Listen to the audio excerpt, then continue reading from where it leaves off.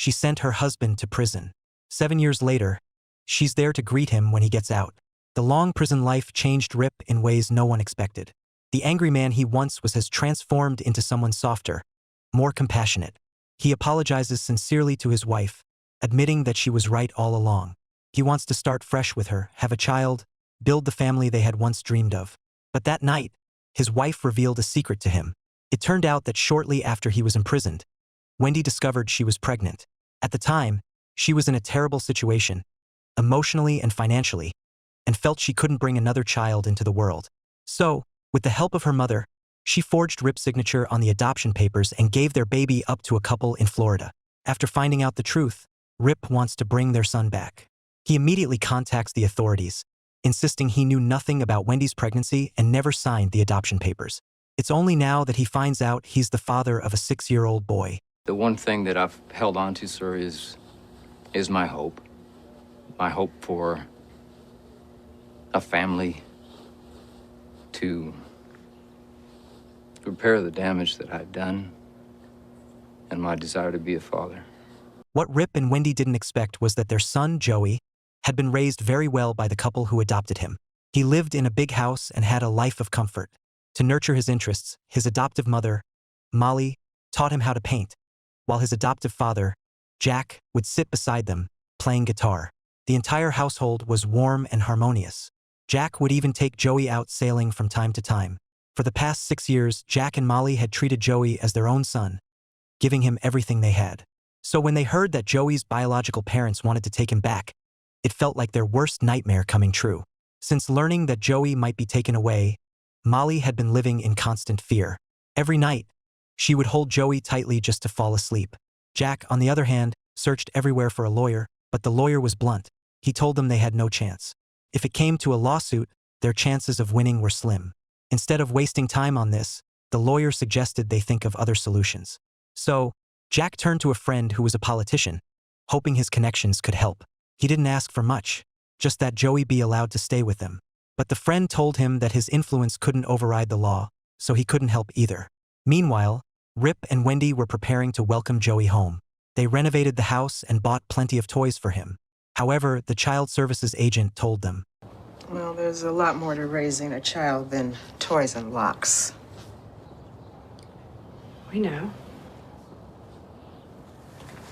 Look, I can see that you've worked really hard, but that doesn't change the fact that you are ripping this boy away from the only life he's ever known.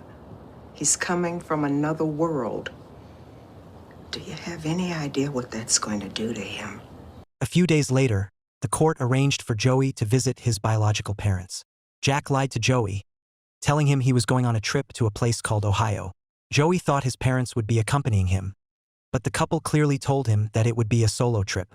Seeing the fear in Joey's eyes, Molly couldn't help but get up and leave. Jack pulled his son into an embrace. Your mother and I will always be with you, no matter where you go. You understand that? The next day, the child services agent arrived at their home. Both Jack and Molly looked visibly upset. The agent knew how hard this was for them, but she had to take Joey away. She explained to them that at first, she would tell Joey that Rip and Wendy were just friends. But the next time, she would say they were his other mom and dad, and eventually she'd reveal the truth. The couple was furious with this arrangement. Jack immediately opened the door, asking her to leave. But the child services agent calmly told them that this was the court's decision. If it wasn't her today, it would be police officers in uniform next time. At that moment, Joey came downstairs. Molly, realizing this was an unchangeable fact, told him he was leaving for Ohio right away. But to her surprise, Joey tightly clung to her and refused to let go. Molly, moved by his actions, couldn't help but tear up. She helped him put on his jacket and told him to be brave when he got there. The three of them embraced tightly. Though Joey didn't want to leave his adoptive parents, he had always been understanding. In the end, he followed the child services agent to Rip and Wendy's house. As soon as the car pulled up, Rip and Wendy rushed out to greet him. After 6 long years, they were finally reunited with their son. The couple greeted him warmly, but Joey's face was filled with fear and distrust. Wendy walked over and embraced him tightly. In just 6 years, he had gone from a tiny baby to the young boy in front of her. Rip, seeing his son for the first time in so long, squatted down to introduce himself. Joey took a step back, still wary. The child services agent told Joey that these two were his new friends and reminded him to be good and listen to them. Then she gave the family some space. To bond with Joey, Rip took him up a tree to build a treehouse. The two quickly warmed to each other. Wendy came over with some cookies, and the three of them sat down like a real family. Wendy asked Joey what he liked to do, and without hesitation, he told her he loved going out to sea. He even bragged about how he could steer the family boat. Hearing this, both Rip and Wendy felt a pang in their hearts. They knew that Joey's adoptive parents had given him a life they would never be able to offer. That night, Wendy offered to help Joey take a shower, but Joey, used to soaking in a tub, refused. He wanted to lie in a warm bath at home, but there was no bathtub in Rip and Wendy's house. In an act of indulgence, Rip agreed that Joey didn't have to take a shower, but he needed to wash his face and hands at least. As Wendy wiped Joey's face, she carefully studied his features. Nose that you have. Is it kind of upturned? Kind of like mine. After Joey fell asleep, Wendy turned off the light and quietly left the room. As a woman, Wendy understood Molly's feelings all too well. She could imagine that Molly was likely feeling just as she had at the time, and maybe even worse. After all, they had raised Joey for 6 years. Wendy felt guilty toward Joey's adoptive parents, but at the end of the day, Joey was their biological son. He belonged with them. As expected, Molly was in a terrible state, just as Wendy had imagined. Since Joey left, she could barely eat and often had trouble sleeping at night. She could only hold onto Joey's toy tightly, as if that somehow brought him back to her. A mother's love for her child doesn't always need blood ties to be real. The next day, Joey finally returned home.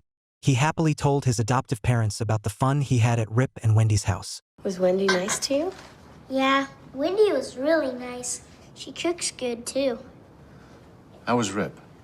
Good. He's really funny. Hearing this, Jack and Molly were filled with mixed emotions.